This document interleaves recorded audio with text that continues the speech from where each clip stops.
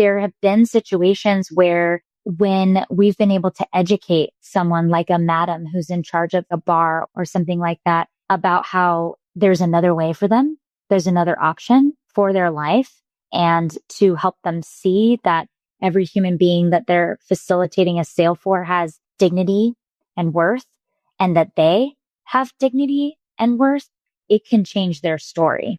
We've seen that, and we've seen traffickers who have had life transformation and served victims that they once were. Not the actual victims, but victims like them that they were abusing.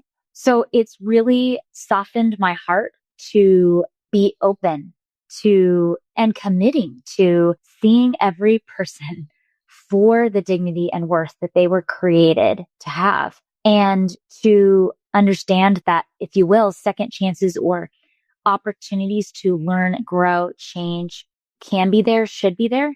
And it's a beautiful, beautiful picture when we see someone break free from their own chains and decide to go in a different direction of their life and to stop selling humans or to stop buying humans.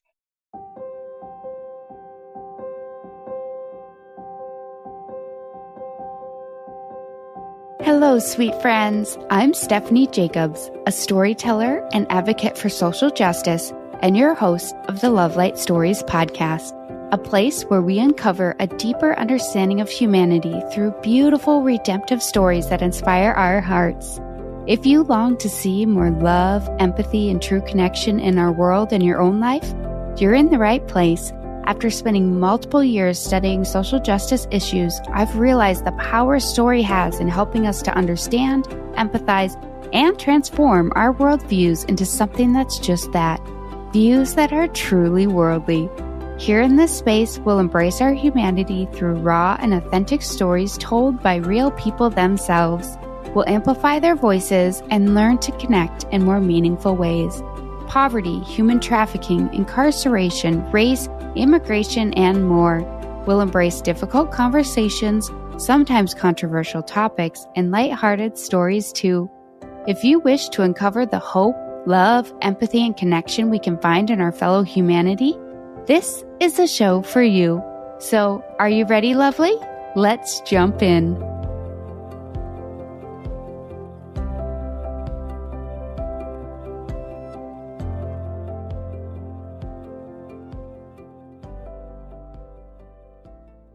Well, hello there, lovely. Welcome back to the Love Light Stories podcast, where we create space for real personal stories to be seen, heard, and understood. If you haven't yet, be sure to rate the show, follow, and share it with your family and friends. Today on the podcast, I'm welcoming Jackie Ellwood. She has worked with Atlas Free for 7 years. She's currently the donor relations manager and works to curate experiences, communication, and connection between the Atlas Free donor community and the impact they are making worldwide. As you listen to today's episode, you'll come to better understand sex trafficking and how prevalent it is around the world, especially in the United States, which may surprise you. You'll become more aware of what's happening around us daily and how to keep your own children safe, and how we can each work towards freedom for all. I remember learning about trafficking really for the first time a short while after I moved to Atlanta, which was almost a decade ago already, and I couldn't believe what was happening. My eyes were opened and my heart was broken. Since then, I've shared a few things about Atlas Free here and there, one of them being a YouTube interview with Jackie all the way back in April 2020. At that time, they were called Rescue Freedom before their name changed to Atlas Free. It's a great video if you'd like to check that out. I'll link it in the show notes for you. Now, let's jump in.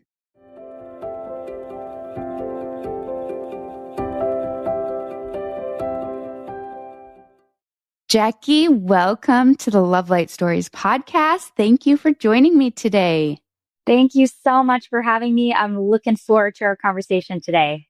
Yes, I am as well. And I'm guessing our listeners are too. We're talking about a really, really important topic that I don't think we all fully understand yet, which is human trafficking in its various forms. So if we could just jump into the topic of trafficking from the very start and just help us understand the intricacies of it. Absolutely. human trafficking is really when someone is profiting from the abuse of another human being. So that could be for labor or for sex. The human trafficking industry is massive. It's actually the fastest growing criminal enterprise in the world, which is hard to wrap our brains around, but it generates over $200 billion worldwide of illegal funds. So it's a really profitable business. And I'll talk a little bit about that. But within human trafficking is sex trafficking. And that's what we're going to be focusing on today. And that is really when someone is using force, lies, coercion to force someone to do a commercial sex act. So that could be in private, that could be through prostitution or producing things like pornography.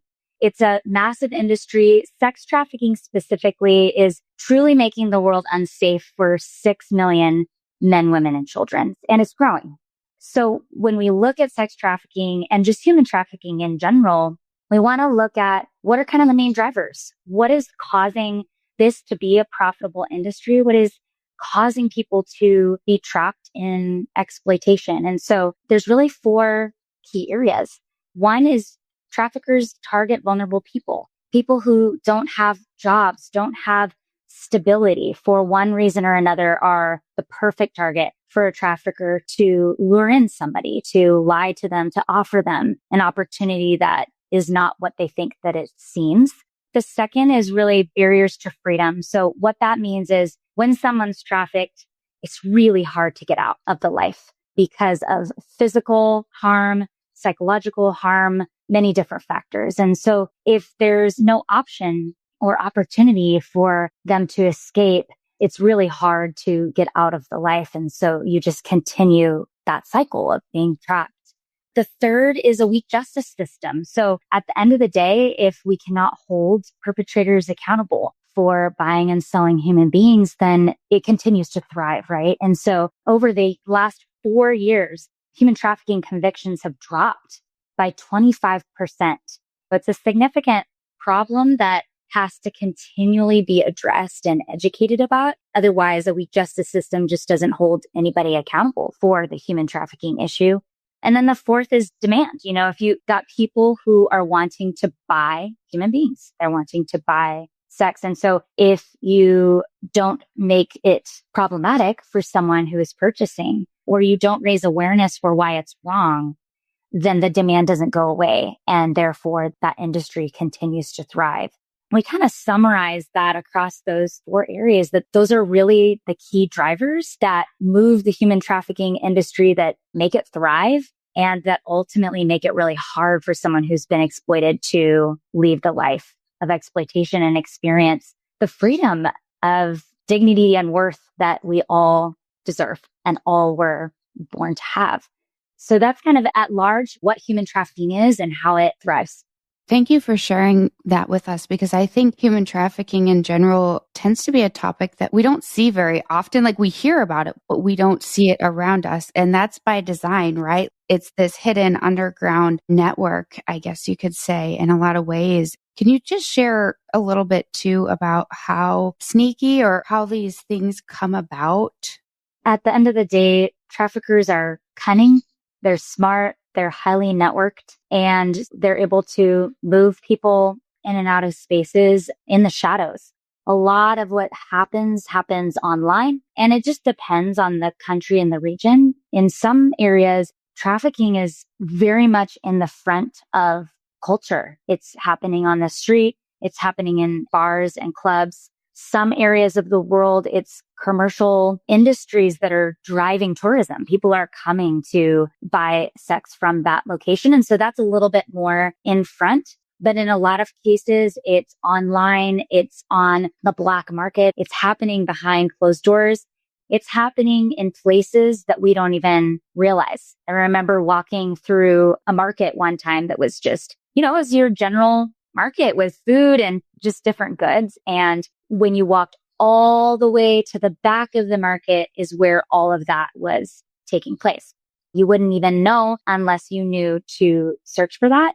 But there's a lot of grooming that's happening right in front of us that we just don't always see. And so we'll talk about a little bit of how to stay safe online later. But so much of that is happening online, and there's things that we can be doing to be more aware of it. But I think what makes it so sneaky is that oftentimes traffickers are targeting people that they know. It could be a neighbor, it could be a friend, it could be a family member. Oftentimes a victim knows, or there's some kind of circle of familiarity of the person who ends up trafficking them. Oh, wow. Okay. So they have this little bit of trust already established. So it's easier. Yes. Wow. Okay. That makes it challenging because you think you know someone, but oftentimes you don't. You don't know the ulterior motive. And sometimes it's what we call the lover boy method, right? Where someone is targeting maybe a young girl or boy and they're vulnerable for whatever reason and develop a relationship with them over time. Traffickers are patient. I mean, really, they're patient and they're willing to really groom someone and develop a relationship with someone in some cases so that it becomes incredibly confusing and deceiving of what's actually happening to you. That development of trust happens also on the side of the trafficker oftentimes. And so that's what makes it so sneaky in a lot of cases. Wow, very scary. Okay, we'll probably get into that a little bit more later in the conversation, but help us understand what you at Atlas Free do and your different focus areas, your model, and how you work ultimately to fight against this trafficking. Yes. Well, this is the best part, right? Because although it is a massive issue, there is so much hope in freedom. There is so much hope in the individuals whose lives are completely transformed as a result of providing a way out and providing resources to heal. I've been with Atlas Free for 7 years and it's been a journey, but it's been truly a joy to see life change, and not just immediate life change, but long-term life change for these survivors and to watch them find their voice. That's what we celebrate and that's what we strive for. So Atlas Free is working in 26 countries around the world, including the United States, to fight sex trafficking and to ultimately put sex trafficking out of business is what we like to say. Right now, it's a very profitable business model and it's very low risk because there's very little accountability for traffickers. So we are tackling those 4 areas that I talked about, those 4 vulnerabilities. I'll go through those. So one is we do a lot of work on targeted prevention. So what that means is increasing awareness. There are so many corners of the world that are unaware that when someone comes to their village and offers them a job, that is not a real job. They're not going to have money and it's a lie. And so raising awareness for these families and these communities of what does trafficking look like and what are the signs and how can we help prevent your family member from being trafficked is critical. We'll talk about an example in a bit, but some of it's education too. A lot of those who are targeted are young, right? They're under the age of 18. So they're already vulnerable. And if they're given an opportunity for safety, an opportunity for education or vocational training, if they're older, that is all part of preventing the lie of trafficking and ultimately being able to avoid that kind of offer. So targeted prevention is one way that we're working on tackling sex trafficking. The second is survivor care. So that means a couple of things. One is providing a way out of the life of exploitation. So providing freedom for people to escape the life. Everybody's escaping in different ways, but ultimately they need a way out of the life of exploitation and then they need a place to go. We are offering residential and non-residential care for survivors all around the globe to receive trauma-informed counseling, which is critical. This is such a deeply complicated psychological challenge and healing journey. And then things like medical care, in many cases, education, vocational training, essentially all the tools that someone would need to begin to heal and then to ultimately start a new life. So that's a big part of what we do. The third is the policy and advocacy. Ultimately, we're working with the US government, states, and then countries all over the world to build laws for protecting the victim and to hold perpetrators accountable. So how do we effectively make sure that a victim is protected, even if they have a record? And then how do we ultimately get traffickers behind bars to pay the time for the injustice that they've done? And so a lot of the focus is on that so that we can strengthen the justice system. And then the fourth is perpetrator accountability. That's addressing that demand piece. And we actually do a lot of this in the United States. We'll talk about that a little bit. But if there's no consequences to buying sex, then it's just not going to go away, right? We have sinful nature in our world. And so how do we make it costly for someone to purchase sex? How do we educate someone who is so that they can understand that what they're doing is illegal and is taking away the dignity of a human being? And so those are four key areas that Atlas Free is tackling to ultimately make a huge difference in the fight against sex trafficking. And we are able to do this through a network of partners. There's over 100 local organizations that we have found that are experts in their field. They know the language, the culture, they know where the red light districts are. And we essentially come alongside them in various ways. And we work together to fight sex trafficking in their region. And because we do it this way, we're able to have a massive impact across the globe in the fight against sex trafficking. That's really only possible by doing it that way. And it's effective because it's local.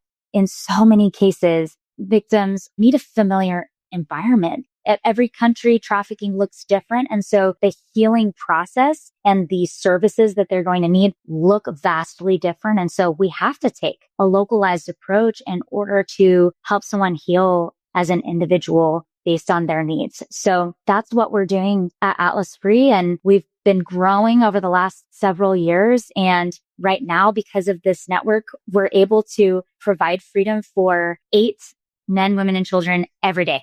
That is insane. That's amazing. Which is insane. Yes, it's incredible. And it's incredible growth. But at the end of the day, that's 8 people, while we're sitting here talking, that's 8 people that are able to start their life over again and to have restored dignity and freedom that they deserve. Right.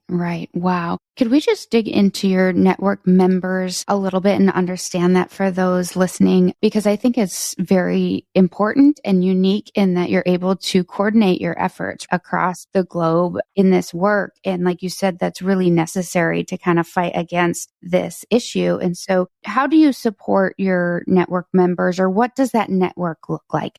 That's a great question. Essentially, we come alongside them with funding. We are providing mentorship, resources. We do conferences with many of them. And it's essentially providing a connection point. A lot of these individual organizations are alone. There's one that I'm going to talk about that's literally in a remote village in Uganda. There is no one else around them. And so this network also allows these organizations to connect with each other. And the power of that is that we don't have time or resources to reinvent the wheel. We need to be sharing knowledge, sharing expertise, and sharing resources to be able to do this the best that we can all over the world. There are different cultural contexts, and each network member will take those resources and utilize them in the way that makes the most sense in their region. But ultimately, they don't feel alone anymore. They're connected with each other to be able to do their work the best that they can in their region. And then also on kind of a practical level, there's a lot of situations where women and children are being trafficked to another country. There are situations where they need to be sent back or repatriated to their country of origin if it's safe for them. There are so many examples of how we've been able to actually bring them back home because we have a network member in both locations, both where they were trafficked as well as where their home is. And we're able to do that safely because, as I said earlier, traffickers are networked. They're smart. They're going to be waiting on the other side. And so we need a safe place and we need a safe person to meet them at the airport. We need a safe and secure location for that person to then be able to go back home. And so at the end of the day, that's only possible if network members know each other and are able to connect and trust each other in that. That's really how this works. And Atlas Free is working to facilitate those connections, to meet with them one-on-one, to help mentor them as they are growing their nonprofit. the goal is that all of these network members are growing because we have a lot of work to do, and anything that we can do to help facilitate that is a win for the human trafficking space. Yeah. And essentially, as you mentioned, the traffickers are well networked. And so you fighting against that also have to be well networked, right? Yes. So you mentioned Uganda. Let's hop into some of the work that you're doing internationally. Why don't we start with Uganda? Share what's going on there. Yes.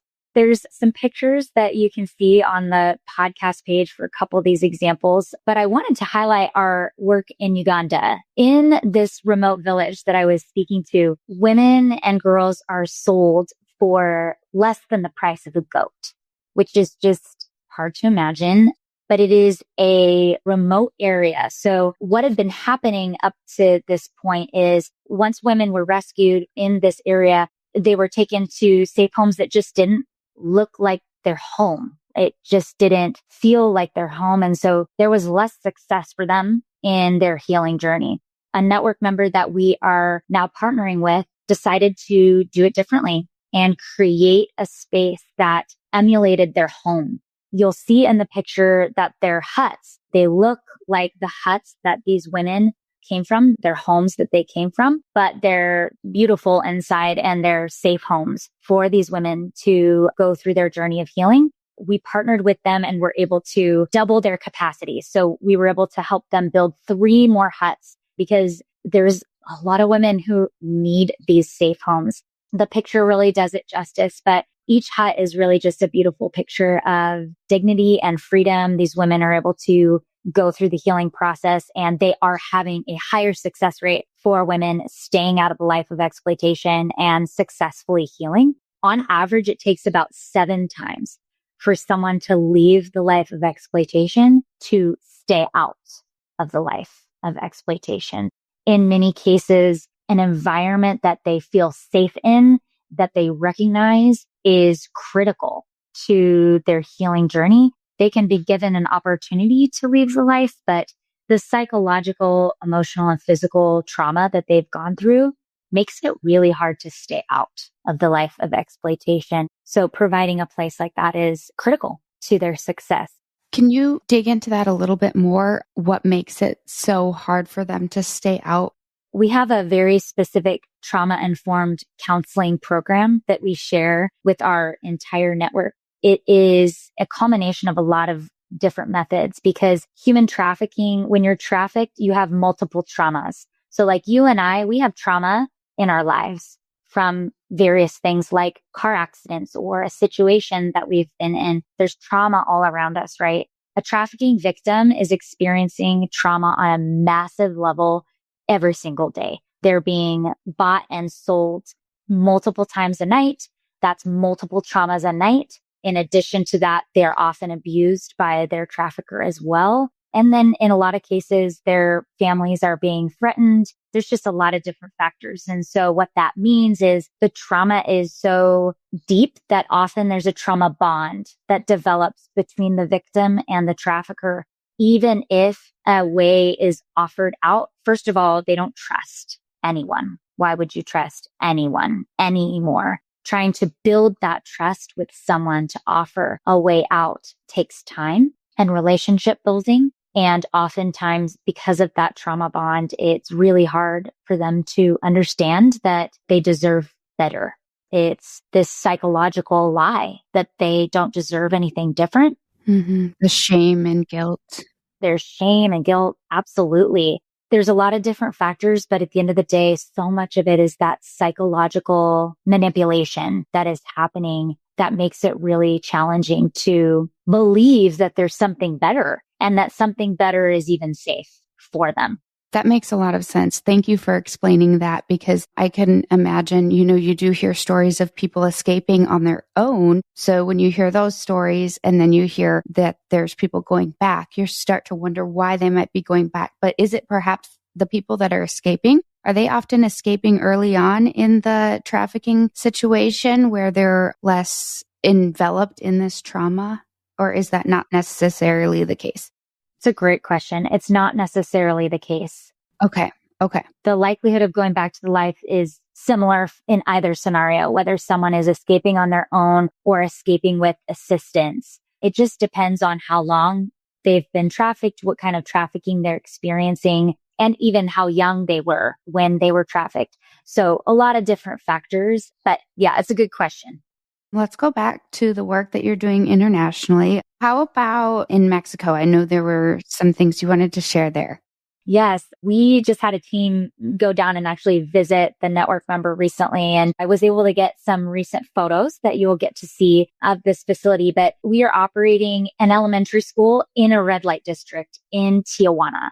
This is relevant always, but especially relevant at this time today. They're reaching some of the poorest children in Mexico. And for many of these kids, their moms or their siblings are potentially being trafficked, or they may be under the control of a cartel or a gang within the region. And so these kids are able to, in the red light district, go to a safe location and receive an education. Like we were talking about earlier, that's that prevention piece. For many of them, if they don't have another option, they will fall into the same situation as a family member or a friend. It's inevitable. The way to provide freedom for kids is going to be that education component. It's a school that's operating there. And just within the last year, there was a story that we were able to talk about a little bit of a 9-year-old girl. She's part of the school, and a trafficker approached her and offered her an opportunity. And she said no. Wow. And she said no because she has a safe place to be. She's at school. She's getting an education. She has friends. She has a community. She has mentors who are looking out for her, who are monitoring what's happening around her to prevent her from being trafficked. That's just one story of the power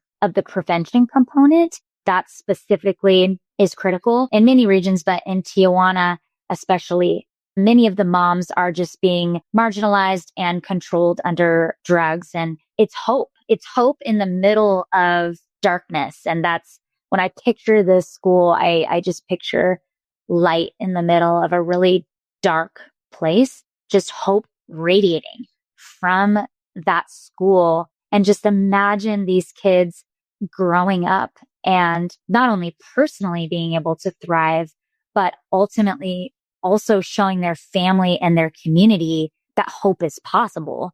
Otherwise, they don't see an alternative. The community doesn't see an alternative. That's one of the things that we're doing in Tijuana, and the photos are really powerful. But those are just a couple examples. We're doing this kind of work, like I said, in 26 different countries with 100 network members. So that's only 2 of 100 that are really taking a localized approach. Like I said, in Tijuana, education is critical. In this remote village in Uganda, having a safe place that looks like home is the critical component there. We really work to fight sex trafficking in the ways that are needed in that region. Right. And again, it's your network members that are able to do that through that localized approach, right? So that's really wonderful. Amazing. Okay. So let's focus on the work being done in the United States, because you have grown tremendously recently, correct? Yes. Share a little bit about that. Yes, absolutely. So we have doubled in size in the network members in the United States. And why that matters is that's more safe beds for women and children who need a safe place to be. But ultimately, there's just so much work to do in the United States. And so this is broadening our ability to meet more needs and provide more freedom for people. We're really focusing on 3 key areas in fighting sex trafficking in the United States. One is that safe home component. So either a residential home or a non-residential facility where victims can receive legal aid, trauma-informed care, and ultimately can thrive out of the life of trafficking is a big part of what we're doing in the United States. But also there's 2 other components that we haven't touched on as much yet that are a big focus in the US just because it's a large problem. One is disrupting demand. So we talked about the demand for sex. How do you stop that? How do you make a dent in that? How do you educate? And so we are working with a network member to operate a chat bot. We actually, Atlas Free, worked with Microsoft to create this partnership. And they were able to develop this AI technology where this chatbot is communicating at the point of sale. So when someone is having a conversation with whom they think is someone that they're going to buy for services, it's actually this chatbot, and it's smart. It's learned tens of thousands of words and slang to be able to sound like a person. And they're communicating with this buyer until the point of sale. And then they're communicating about what they're doing is illegal. And it's also providing resources for the person who's trying to buy sex to learn about what the effects of what they're doing. Up until this point, so this chatbot's been piloted for about a year. And there's been, I believe it's about 30% of those that have been intercepted have said yes to those resources. A lot of times people who are buying sex, it's become a cultural norm for them. It's not necessarily something that they even maybe sought out personally right away. You know, some are addicted, but some are recreationally engaging. And so if you can educate someone like that to understand what they're doing and why it's wrong, there's power in that as well. And then it ultimately reduces exploitation because they're not going to be able to make that sale. That's one of my favorite things that we're doing in the US, just using technology for good, right? Right, exactly. The power of AI, you're harnessing that. Yes, because AI is powerful and there's so many applications that are not good, but there are so many great applications for how we can be fighting sex trafficking as well. So that's one of the things that we're doing in the US. And then the third is on the topic of pornography. We've been working with a partner to remove illegal content from major porn sites. There has been significant amounts of illegal content, children underage, content from them, as well as oftentimes rape or abuse that is then being placed on these major porn sites. So really working to remove that illegal content and to put safeties in place so that that's not being shared over millions of people and continuing to exploit a human being. And so those are really the three ways that we're working in the US. 70 of the network members are in the United States. So it's a very large portion of the work that we're doing because it's needed. The international work is critical as well. You need both. We need both. So that's really the focus of the US. And there's a few resources that you'll see in the podcast notes that are talking a little bit about, okay, so knowing that online exploitation is happening, like, what do we do? Right. How do we prevent it? What do we do? How do we stay safe? How do we keep our kids safe? Kids in our community, whether you're a teacher or there's someone in your circle, how do we stay safe online? Because online's not going away. If anything, is growing. And so how do we lean into that? How do we understand what's happening there? A lot of what we're doing too is educating ourselves, the US public, to be able to understand what's going on and how we can prevent it. If you'd like, I can share a little bit of those things. For sure. And I will also link them in the show notes, as you said, so anyone can actually download these resources that Jackie's going to be talking about. And I just want to say too, just to thank you for getting into this topic and for doing this work in the United States, because I think sometimes in America, we have the tendency to think, oh, those are issues happening elsewhere. But we don't fully realize that it is happening in our backyard. And just, again, creating that awareness that you are, and then providing us resources to keep our children safe. It's just invaluable because, again, it's that prevention piece. So thank you for that. So yes, please go ahead. Yeah, absolutely. And I think the key with all of this is knowledge is power. We don't need to live in fear. We just need to understand what's going on around us and be aware. That's, I think, what I have to remind myself too, is we don't need to live with a spirit of fear. We just need to be knowledgeable. The article talks a little bit about specifically how to keep kids safe. This would relate to teenagers as well, but also yourself, right? When you're online, there's so many scams that are happening. How can we be aware? So the first is really just understanding how traffickers are exploiting online. As we talked about earlier, most sex trafficking victims are trafficked by someone that they know. And it often starts online, someone that they either know or are building a relationship with. And so predators are using multiple different ways. It could be gaming sites, could be social media. things like Snapchat, Instagram, things that vanish or disappear. They're having conversations with people online posing as somebody else. And so knowing who your children are connecting with online is critical. And if there's someone that they're communicating with that doesn't seem right, digging into that. I think one of the components too is just creating a safe environment for conversation. As a parent myself, it can be very intimidating or easy, I guess, to jump to wanting to rescue or create a bubble, around my child. But I need to create an environment where if they do see something that they didn't want to see, or if they are having a conversation that's making them uncomfortable, that they can come to us as a parent figure in their life, however that may look, to be able to talk about it and to not feel shame in that conversation, but to create a space where, okay, that happened. Let's talk about it. Let's talk about it and let's address it from here. And then it feels more like a partnership with your child to move forward together, and nothing lives in the shadows, right? If it lives in the shadows in shame, it's really hard to come out of that. Another way is just monitoring the online activity and location of kids. In the article, there's suggested software that you can use, but I think it's ultimately just regularly checking in with your child, making sure to see where are they searching, what's kind of their internet history, where are they going, kind of conversations are they having with people. And then also for them and for us, just keeping devices updated. So the latest security that you have on your phone, just making sure that that's up to date so that any privacy settings, I know it's a pain, but going back into your privacy settings and making sure that certain things are enabled to protect you from and your child from certain content. There's a lot of different privacy settings that can be set there and can be really powerful, not only on your phone, but in other apps as well. I know for me, I have a guided access on my phone. So if my child is on a Zoom call with grandparents or in a certain app, I can turn on guided access so they can't get out of that. They can't go somewhere else on my phone. They can't accidentally click into Safari or, anything like that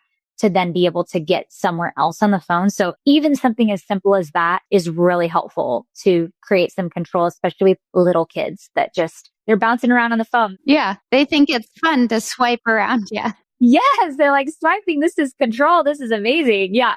But ultimately also just talking with your child about keeping information private.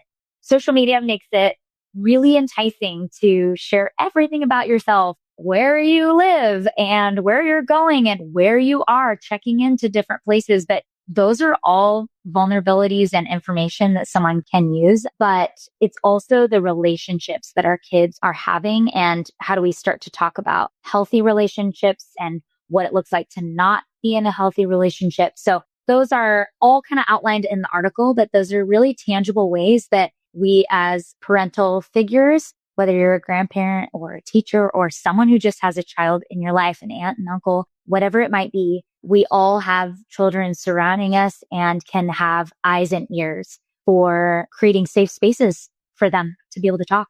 Right. Thank you so much. I love that you're sharing these details with us so we can be more aware and prepared, but also just the topic of engaging with your child and creating this safe space and helping them become aware themselves. Because as you said, you want to put a bubble around them, but you really can't because it's the real world, and helping them become equipped themselves to face that real world. I mean, that's part of what we want to do as parents anyway, and doing it at an early age where appropriate in this sense is just another example of preparing them. So thank you. I will link that resource in the show notes as well as a few other resources that you're sharing as well.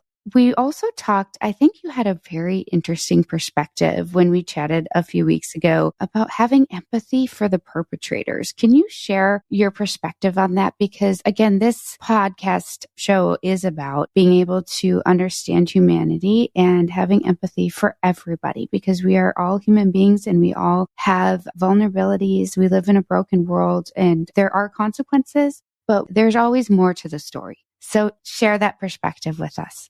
Absolutely. When I went through my first red light district area and walked through and was just becoming more familiar with human trafficking and sex trafficking specifically, I'm a very justice oriented person. So my initial gut was not good. Right? I Yeah. mean, I wanted every single trafficker and buyer to just rot in jail and never see the light of day. And I felt that they were the enemy that could not be dignified. What Atlas Free and my time here and learning so much more about these situations that traffickers and perpetrators are coming from has really changed my perspective. At the end of the day, it would be hypocritical of me to say that some people have dignity and worth and are deserving of freedom, but then say that others do not. Now, as you said, there are consequences to buying and selling sex, and there needs to be retribution for that.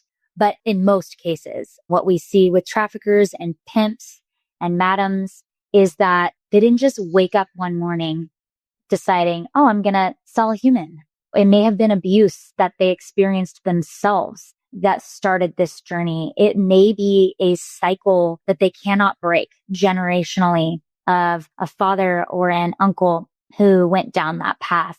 It could be an area where there's literally no job opportunities, and this is the only way that they see being able to make it in this world. And those are not good reasons, but they are absolutely real for that human being. There have been situations where when we've been able to educate someone like a madam who's in charge of a bar or something like that about how there's another way for them, there's another option for their life, and to help them see that every human being that they're facilitating a sale for has dignity and worth, and that they have dignity and worth, it can change their story. We've seen that. And we've seen traffickers who have had life transformation and served victims that they once were, not the actual victims, but victims like them that they were abusing. So it's really softened my heart to be open to and committing to seeing every person for the dignity and worth that they were created to have, and to understand that, if you will, second chances or opportunities to learn, grow, change can be there, should be there. And it's a beautiful, beautiful picture when we see someone break free from their own chains and decide to go in a different direction of their life and to stop selling humans or to stop buying humans. It's so complicated.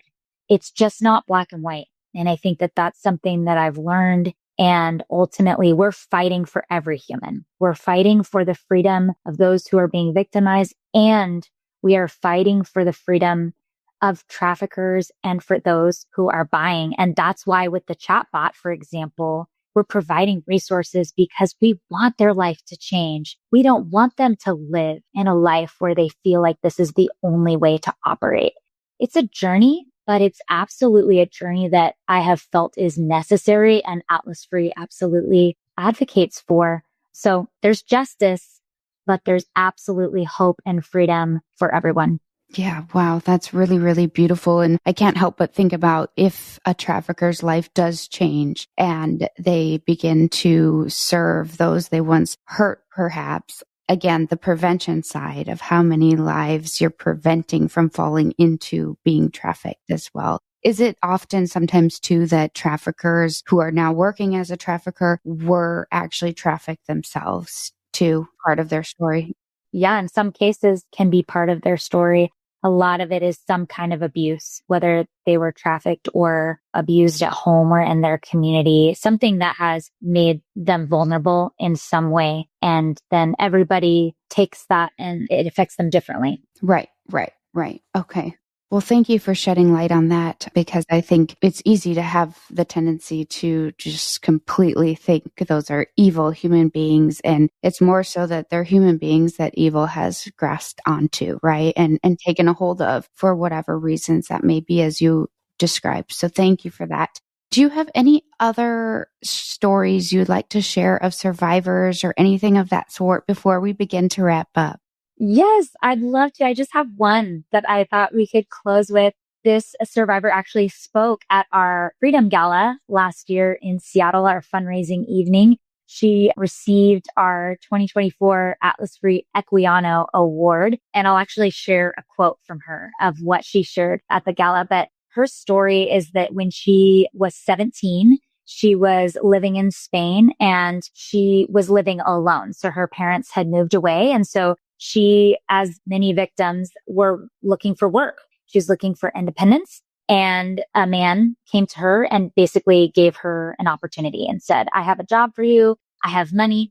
She trusted him and she took the job and she was trafficked instead. And that is the story for many, many victims around the world.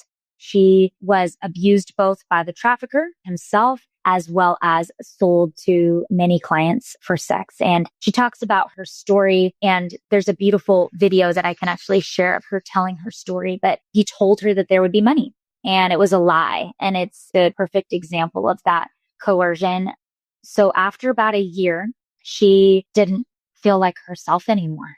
She felt like she was his. She belonged to him. She didn't recognize herself anymore. And she bravely escaped. So she escaped after a year, which is just incredible, truly. She met up with a friend and asked if her friend could help her at all. And her friend knew about the network member that is in the Atlas Free network that is in Spain. And so she was actually able to direct her to that home. Wow. Oh my goodness. Which is incredible. Yes. So she was in that safe home for about 5 years and she finished her education. She was able to go through vocational training, was able to secure a job. And now today she's married. She has a successful career. And then she spoke at our gala, like I said, and I'll read her quote because it's beautiful. She said, I can say it loud and clear. I am a survivor of human trafficking who accepted the challenge of rebuilding my life. I've overcome the pain and shame that once defined me. And through a strong commitment to my healing, I've transformed my suffering into my greatest strength. If I could speak to that 19-year-old girl who arrived at the shelter full of fear, terrified of what she had lived through, the girl who thought her life would never change, I would say, little girl, we did it. We are free. Wow. And so that's Carolina's story. She's incredibly brave, just like all of the survivors that we're working with. And it's just an honor to share her story. And she's part of a council that we have with several survivors who are helping to make change and helping to identify what are the big areas that we need to be focusing on in the human trafficking space. And as a survivor, what are they seeing? What are they experiencing? What do they believe is going to be effective efforts to make that change? So she's incredible. We just love sharing her story on her behalf. And she's just an incredible human being. Yeah. Wow. What an amazing story and offers so much hope for just the idea of escaping this and rebuilding your life. Just amazing. So thank you for sharing that, Jackie. And thank you really for sharing all of this, helping us understand what is happening around the world as well as in our country and how to keep our own families and our children around us safe and just the hope that you're bringing and you and your network members really are bringing around the world. Before we wrap up, I just want to ask, how can our listeners learn more about Atlas Free, get involved, or maybe even support what you do?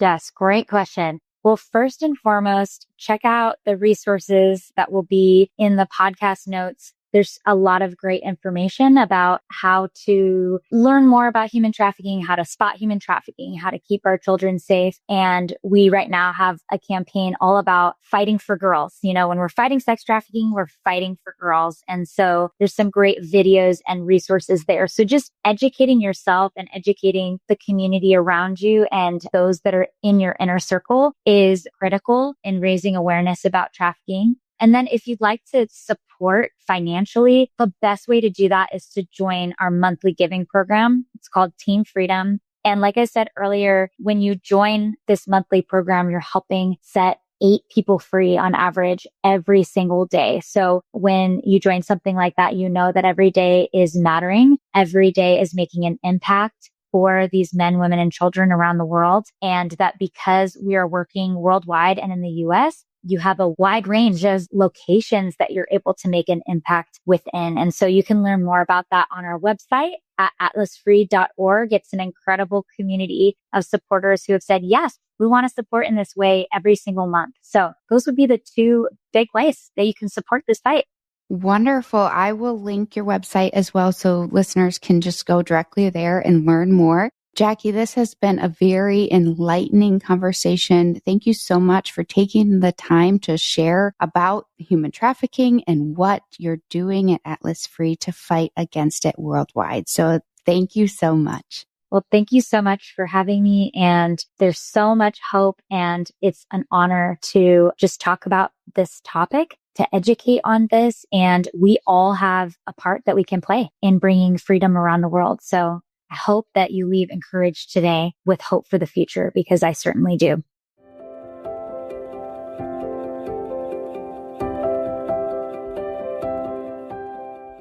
I want to thank Jackie for taking the time to share more about the topic of human trafficking, and specifically sex trafficking.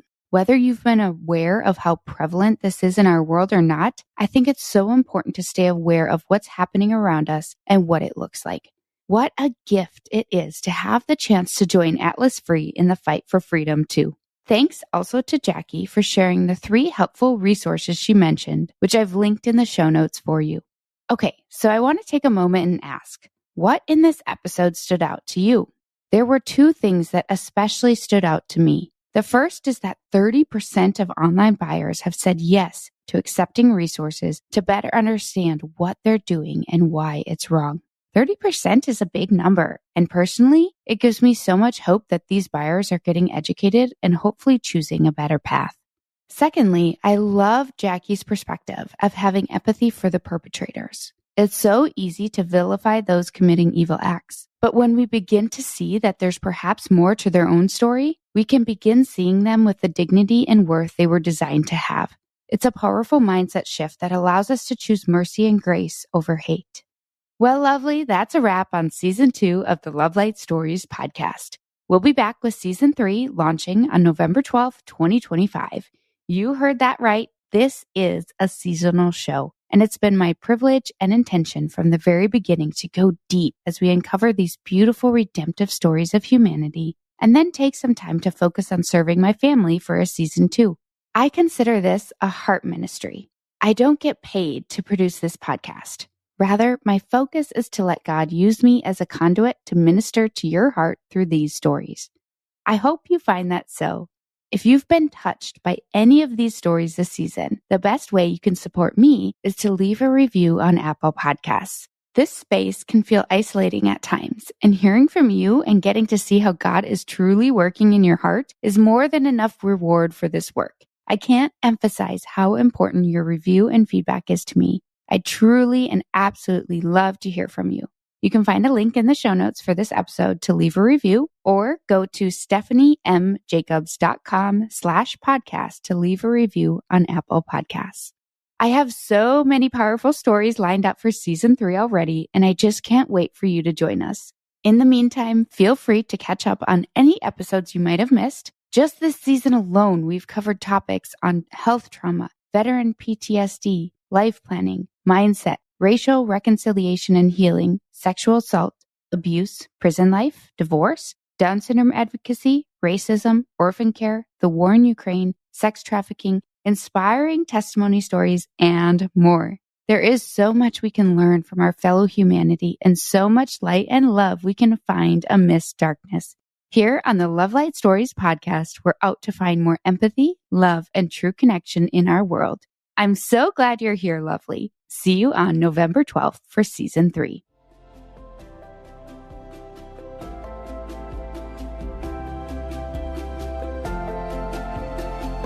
Thank you so much for listening to this podcast and leaning into today's story. And don't forget, you can subscribe to the show wherever you listen to your podcast so you don't ever miss an episode. And a great way you can support these conversations is to rate the show and leave a review. And if you have a friend who would like these stories, share it with them too. All of these things are the best way you can support this podcast. So thank you. And until next time, lovelies, Keep radiating that love and light to everyone you meet.